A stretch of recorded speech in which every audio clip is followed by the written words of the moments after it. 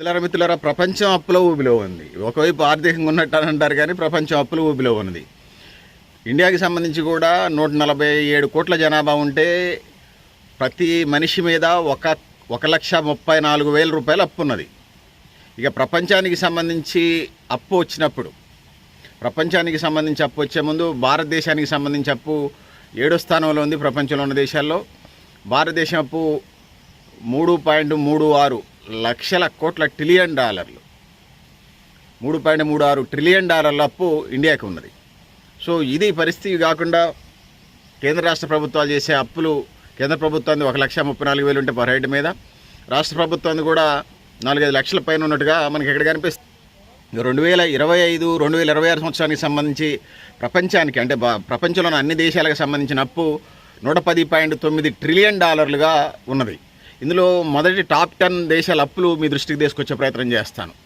First అత్యధిక అప్పులు ఉన్నటువంటి దేశం ఎప్పుడు యుద్ధాలు కూడా దేశాలు అయితే యుద్ధాలు చేస్తే, కుటుంబాలు అయితే గొడవలు పెట్టుకొని వాళ్ళతో నిలుతున్న గొడవలు, కోట్లాట్లో, వైటమిన్ మర్డర్ కేసుల్లో ఉన్నప్పుడు ఒకవైపు పనిచేయలేరు, రెండో వైపు కోర్టుల చుట్టూ తిరిగి అట్లా డబ్బులు హరించిపోతూ ఉంటాయి. ఈ దేశాలకు సంబంధించి కూడా యుద్ధాల వల్ల ఈ సమస్య రేజ్ అవుతుందనేది మనం చెప్పక తప్పదు. USA, United states of America, మనం అనుకునే అమెరికానే, దాని అప్పు $110.9 ట్రిలియన్ డాలర్ల నుండి ప్రపంచంలో అత్యధిక అప్పులు కలిగిన దేశంగా మనకు కనపడతా ఉంది. ఇక రెండవది చైనా దేశంగా మనకు కనపడతా ఉంది. చైనా దేశానికి అప్పులు $18.68 ట్రిలియన్ డాలర్లు అప్పు మనకు కనపడతా ఉంది. మూడో అత్యధిక అప్పులు ఉన్న దేశంగా జపాన్ మనకు కనిపిస్తూ ఉంది. జపాన్కి $9.83 ట్రిలియన్ డాలర్ల అప్పు ఉన్నట్టుగా మనకు తెలుస్తూ ఉంది. ఇక నాలుగో దేశం యునైటెడ్ కింగ్డమ్, అంటే ఇంగ్లాండ్ అంటారు, బ్రిటన్ అంటారు దీన్ని. ఈ ఇంగ్లాండ్, బ్రిటన్కి సంబంధించి $4.9 కోట్ల ట్రిలియన్ డాలర్ల అప్పు ఉంది. ఇక ఐదో అత్యధిక అప్పున్న దేశాలకు సంబంధించి వచ్చినప్పుడు ఫ్రాన్స్, ఇది $3.92 కోట్ల అప్పున్నట్టుగా మనకు అర్థమవుతోంది. ఇక ఆరోది వచ్చినప్పుడు ఇటలీ, అత్యధిక అప్పులున్న దేశాల్లో 6వ దేశంగా ఉన్నది వరల్డ్లో, ఇది $3.48 ట్రిలియన్ డాలర్ల అప్పు ఉన్నది. ఏడో ప్లేస్లో ఇండియా ఉన్నది అప్పులు, అత్యధిక అప్పున్న దేశాల్లో. ఇండియాకి సంబంధించి $3.36 ట్రిలియన్ డాలర్ల అప్పున్నట్టుగా మనకు అర్థమవుతూ ఉంది. సో ఇది దీంతో పాటుగా ఇండియా దేశీయ అప్పులకు సంబంధించి ఇది పరిస్థితి. 8వది జర్మనీ అంటే ఇండియాకి సంబంధించి $3.36 ట్రిలియన్ డాలర్ల అప్పు ఉంటే, ఇది 2026-27 సంవత్సరానికి వచ్చినప్పుడు 56.1 నుంచి 56.1 నుంచి 55.66కి తగ్గించే ప్రయత్నం అయితే ఈ అప్పుని ప్రయత్నం చేస్తుంది భారతదేశం. ఇక 8వ దేశానికి వచ్చినప్పుడు అత్యధిక అప్పులు ఉన్న దేశాల్లో జర్మనీ ఉన్నది. జర్మనీ అప్పు $3.23 ట్రిలియన్ డాలర్లు, 3.23 అంటే $3.23 ట్రిలియన్ డాలర్ల అప్పు జర్మనీకి ఉన్నది. 8వ ప్లేస్లో కెనడా ఉన్నది, 2.60 2.60 ట్రిలియన్ డాలర్ల అప్పును కలిగి ఉన్నది. 9వది కెనడా, 2.60 ట్రిలియన్ డాలర్ల అప్పు ఉన్నది. బ్రెజిల్ కూడా 2.6, కొంచెం అటు ఇటుగా ఆ అప్పు రూపాయలలో కొంచెం తక్కువ ఉండొచ్చు, 10వ స్థానంలో ఉన్నది ఇది. సో ఇది పరిస్థితి. ప్రపంచంలో ఉన్నటువంటి దేశాలకు సంబంధించినటువంటి అప్పులు ఈ విధంగా ఉన్నాయనేది మనకు అర్థమవుతూ ఉన్నది. సో ఇక భారతదేశానికి సంబంధించి వచ్చినప్పుడు, ఇండియాలో 2026-27 సంవత్సరానికి సంబంధించి వచ్చినప్పుడు పెట్టినటువంటి బడ్జెట్లో 17.2 కోట్ల 17,02,000 కోట్ల రూపాయలు లోన్ తీసుకోవాల్సిన అవసరం ఉంది. బడ్జెట్లో కలెక్షన్ చేయాల్సినటువంటిది ఆ విధంగా ప్రభుత్వం ముందుకు పోతుంది. ఇండియాలో 17.2 లక్షల కోట్లు అప్పు చేయాల్సినటువంటి పరిస్థితి మనకు కనపడుతుంది. అంటే ఇది రుణాల్లో 17% ఇది మనకు కనపడుతున్నట్టుగా మనకు అర్థమవుతూ ఉన్నది. ఇక 2026-27 సంవత్సరంలో మొత్తం బడ్జెట్ 53.47 లక్షల కోట్లు బడ్జెట్ అయితే, అందులో 17.2 లక్షల కోట్లు మళ్ళీ అప్పులు రుణాల ద్వారా సేకరించాల్సిన పరిస్థితి మనకు కనపడుతూ ఉంది. ఈ కేంద్ర ప్రభుత్వం అప్పులకు సంబంధించి వచ్చినప్పుడు 2025-26లో కేంద్ర ప్రభుత్వం అప్పులు 1,97,18,16 కోట్లు ఉన్నది. మళ్ళీ చెప్తాను, కేంద్ర ప్రభుత్వం అప్పు 1,97,18,16 రూపాయల అప్పున్నది. అంటే 1,34,147 కోట్ల జనాభాకి కనపడుతుంది.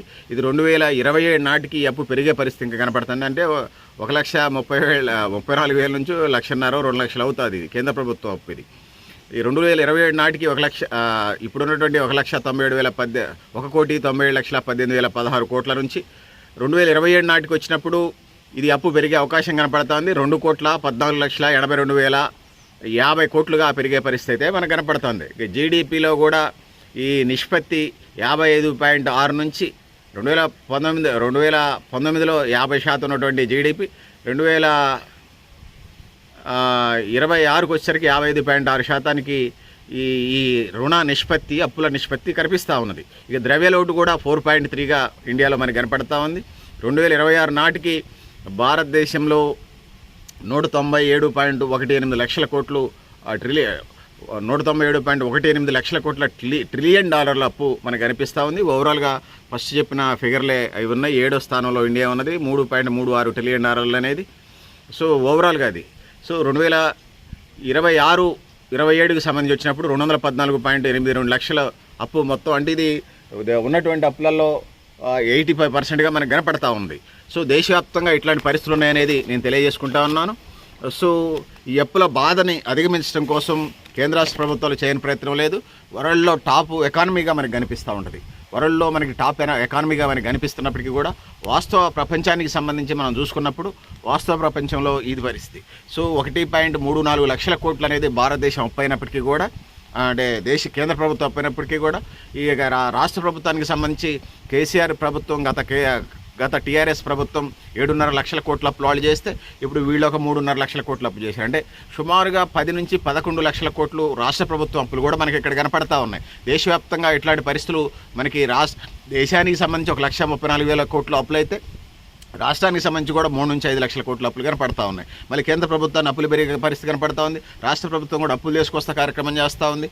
ఇది ఇప్పుడు ఉన్నటువంటి పరిస్థితుల్లో 3 నుంచి 5 లక్షల నుంచి 7 లక్షల దాకా అప్పులు, అంటే కేంద్ర రాష్ట్ర ప్రభుత్వాలు ప్రజల మీద వేసే అప్పులుగా మనకు కనిపిస్తూ ఉంది. ఇది ఉప్పు మీద, పప్పు మీద, చింతపండు మీద, పరోక్ష పనుల మీద, ఇంకో పన్ను మీద ఇవన్నీ అప్పులుగా కట్టాల్సిన పరిస్థితి అయితే మనకు కనపడతా ఉంది. దేశవ్యాప్తంగా రాష్ట్ర వ్యాప్తంగా ఈ పరిస్థితుంటే ప్రజలు 100కి 95% దాకా, 95 నుంచి 99% దాకా ప్రజలు ఇక్కడ మనకి కనిపిస్తున్నటువంటి పరిస్థితులు మనం చూసినప్పుడు ఇందులో ప్రధానంగా అప్పుల్లోనే ఉన్నట్టుగా మనకు కనపడుతుంది. 100కి 99% మంది ప్రజలు అటు కేంద్ర రాష్ట్ర ప్రభుత్వ 100% కేంద్ర రాష్ట్ర ప్రభుత్వాలు అప్పుల్లో ఉన్నారు. ఇక రాష్ట్ర ప్రజలకు సంబంధించి, కుటుంబాలకు సంబంధించి, వాళ్ళ వ్యక్తిగత అవసరాలకు సంబంధించి అప్పులు లేనటువంటి వాళ్ళు లేరనేది ఇవాళ దేశం మీద మనకు కనపడుతుంది. ప్రపంచంలో కూడా అప్పులతోనే, ఆదాయంతో అప్పులు కూడా కనపడతా ఉన్నాయి. ఇది పరిస్థితి. పెద్దలారా, మిత్రులారా, మీరు కూడా మీ అభిప్రాయాలు కామెంట్ బాక్స్లో రాయడం తెలియజేస్తూ, నేను Garidepalli Satyanarayana, new Lakshya organization. Thank you one and all. పెద్దలారా, మిత్రులారా.